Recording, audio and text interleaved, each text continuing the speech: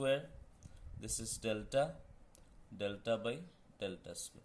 So now you see all of this term of the lesser order of magnitude, because all are in terms of delta and delta is a very small, so all these terms can be cancelled.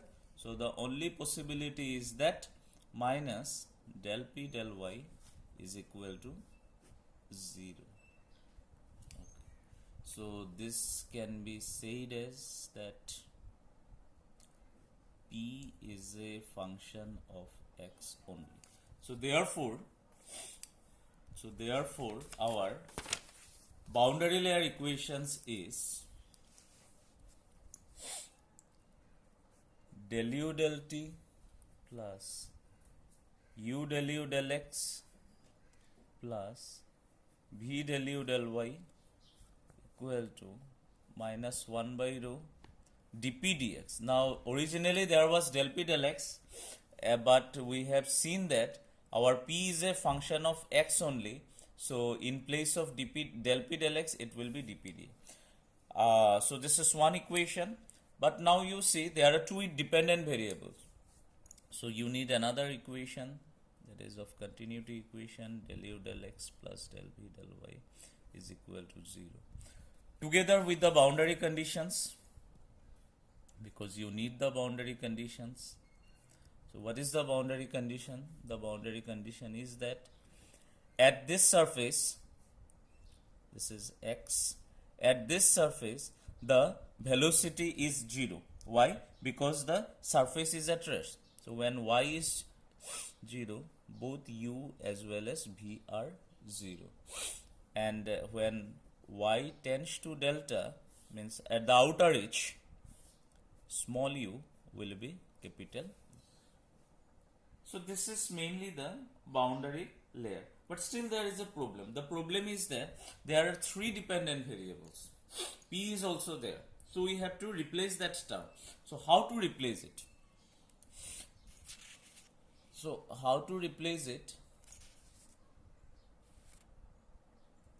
Yeah, you see, from this equation you have obtained that del p del y is 0, means along this line, along this vertical, with the change of y, you are not getting any change in pressure. Means pressure at this point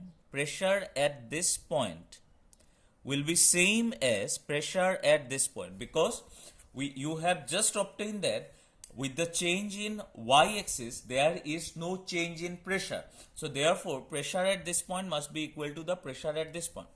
Now at this point, what is the velocity? It is capital U only.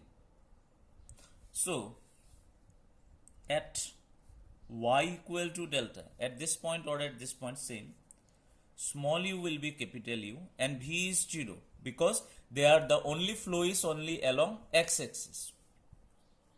But inside the layer there may be some flow along y-axis.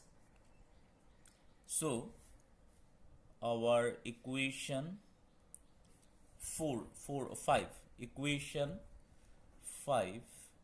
gives del t of capital U plus u del x of capital U. Next term will be 0 because your v is 0, minus 1 by rho dp dx, plus this term will also be 0. Why?